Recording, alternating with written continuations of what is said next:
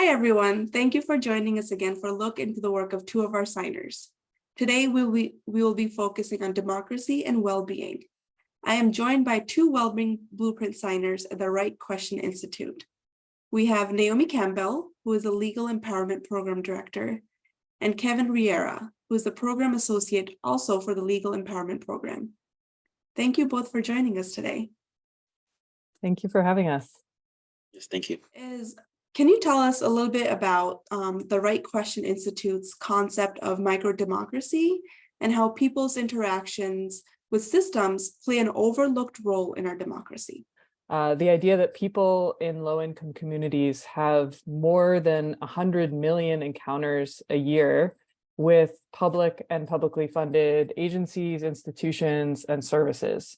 So that includes the welfare system, the housing authority, public schools, community health centers, and the legal system. And so microdemocracy is the idea or the vision that those everyday encounters that people have could become places where people are able to participate in decisions that affect them and to hold decision makers accountable. We believe that when people can begin to participate in decisions at the micro level, that can become a starting point for people to participate in democracy on all levels. What are some ways that systems can change to better center the individual that they're trying to serve and their right to self-advocacy? So our approach to creating systemic change is by helping frontline workers operate in a way that centers the self-advocacy skills of the individuals that they are working with. And we have a very simple educational strategy to help achieve this. We focus on building two skills.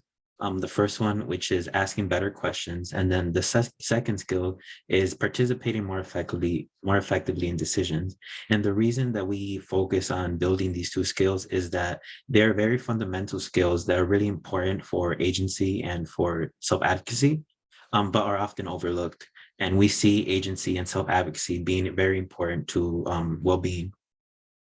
And we mainly work with frontline workers because they operate within existing systems already. And they already have access to marginalized communities and have existing relationships to them. A lot of times, frontline workers only advocate on behalf of or collect information from the clients, but we're asking them to shift their practice to also making space to build clients' self-advocacy skills in order to create a greater sense of agency for them. More self-advocacy for themselves in the long term creates a positive feedback loop. So essentially, by building client skills through these micro interactions with service workers, we hope that individuals will be more inclined to participate in the decisions that affect them. And through this, they're able to advocate for themselves, for the communities, from their families in a more efficient way in a variety of institutions. And through that, that will create a more democratic society. Can you tell us about the Right Question Institute, just in general, and how you center well-being in your work? Our focus is really on agency. So by agency, we mean people's belief in their ability to and their ability to exercise their individual power. We have a very simple educational method to foster people's agency, as Kevin was talking about. We have people learning to ask better questions and learning to participate more effectively in decisions.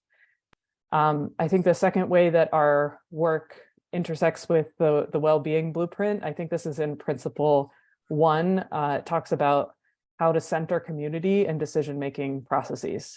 So one of the processes or methods that we use is called the voice in decisions technique, which helps people identify decisions that affect them and then breaks those decisions down into 3 key elements. So the reason for a decision, the process for making a decision, and the role that people affected can play in the decision-making process.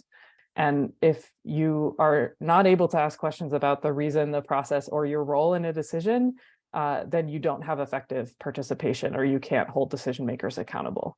And then the third way that I think we see our work is intersecting with the blueprint is that we care about the blueprint because it talks about where knowledge comes from, where it should come from, where solutions to problems come from, and how to center the experience of impacted communities. Kind of the intersection of all these systems and how they don't exist in silos and how the problems don't exist in silos.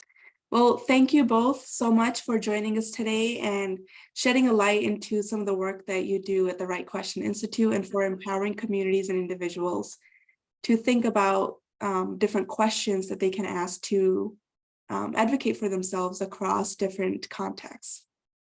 Thank you so much for having us. Yeah, thank you for having us.